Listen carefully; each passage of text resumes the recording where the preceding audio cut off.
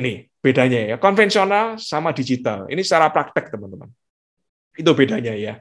Sekarang kalau saya punya produk baru, tinggal saya bikin website, ya, landing page saya SEO kan, ya. Saya iklankan di Google lewat yang namanya SEM ya, Search Engine Optimization, teman-teman. Search Engine Marketing lewat Google Ads, teman-teman. Kata kuncinya saya pilih, BD-nya saya bagusin, udah ya. Seluruh Indonesia ngetik kata kunci saya, ngetik produk saya, muncul saya di halaman pertama. Tanpa saya keliling kemana-mana, ya, tanpa saya harus keluar kota, ya, saya bisa langsung dapat customer, teman-teman. Ya. Bisnis distribusi kertas saya juga seperti itu, teman-teman. Ya. Jadi enak ya. Kita ini kerjanya itu bukan enak ya. Kerja harus kerja keras. Ya. Tapi ini namanya kerja smart, teman-teman. Ini namanya kerja smart. Kalau dulu kita yang datangin customer satu persatu di lokasi geografisnya dia. Sekarang customer-nya datang ke kita. Ya. Kita tinggal optimasi. Ini sungguh sebuah kesempatan yang sangat besar, teman-teman. Beruntung. Nah, ini beruntung ya, Mbak Novita, beruntung ya. Saya setuju dengan Bapak, saya beruntung di zaman sekarang ya, Mas Satria. Nah, kita beruntung di zaman sekarang ya. Kalau kita bedanya online bisnis dengan online bisnis. Online bisnis itu kalau offline bisnis itu setup cost memulainya itu butuh modal besar, teman-teman. Nggak mudah, harus ada izin ini, izin itu ya. Bikin SIUP, TDP, izinnya banyak, teman-teman ya. Dari kalau online bisnis mudah ya, bikin website cuma berapa, teman-teman ya. Kita bikin 3 juta, 5 juta udah bisa. Bikin Instagram free. Buka toko di Tokopedia, Shopee free ya. Setup convenient ya, kalau offline ya harus pakai kontraktor ya. Harus panggil yang namanya interior, kalau teman-teman buka toko di mall misalnya sewa. Susah ya, setup convenient selain mahal, biayanya juga banyak. Sekarang mudah, teman-teman ya.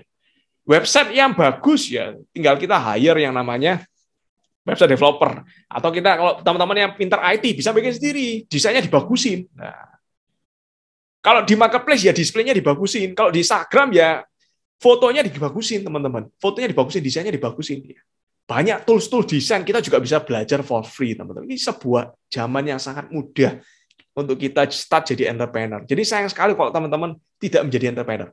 Pak, apakah jadi entrepreneur harus semua orang? Tidak harus semua orang jadi entrepreneur, teman-teman. Tapi semua profesi bisa jadi entrepreneur. Saya ulangi kata-kata saya. Tidak semua orang bisa jadi entrepreneur, tapi semua profesi memungkinkan untuk jadi entrepreneur. Teman-teman yang di sini mahasiswa bisa, mahasiswa juga entrepreneur. Teman-teman yang di sini seorang karyawan iya, ya kan di jam kerja.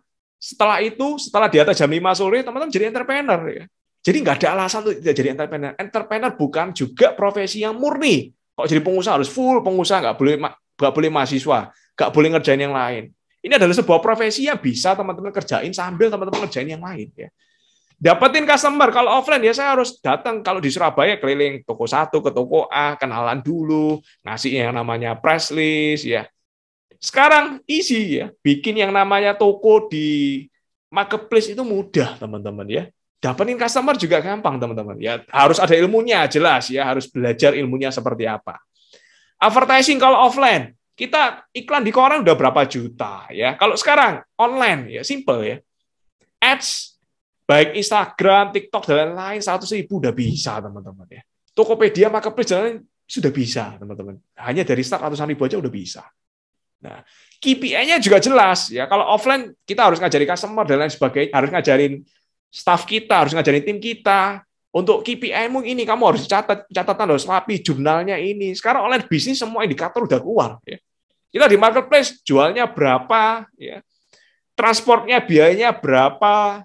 Lengkap semua.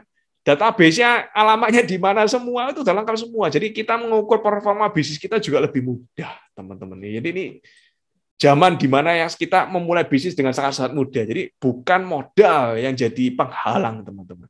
Tinggal kita nih mau atau tidak saja, teman-teman.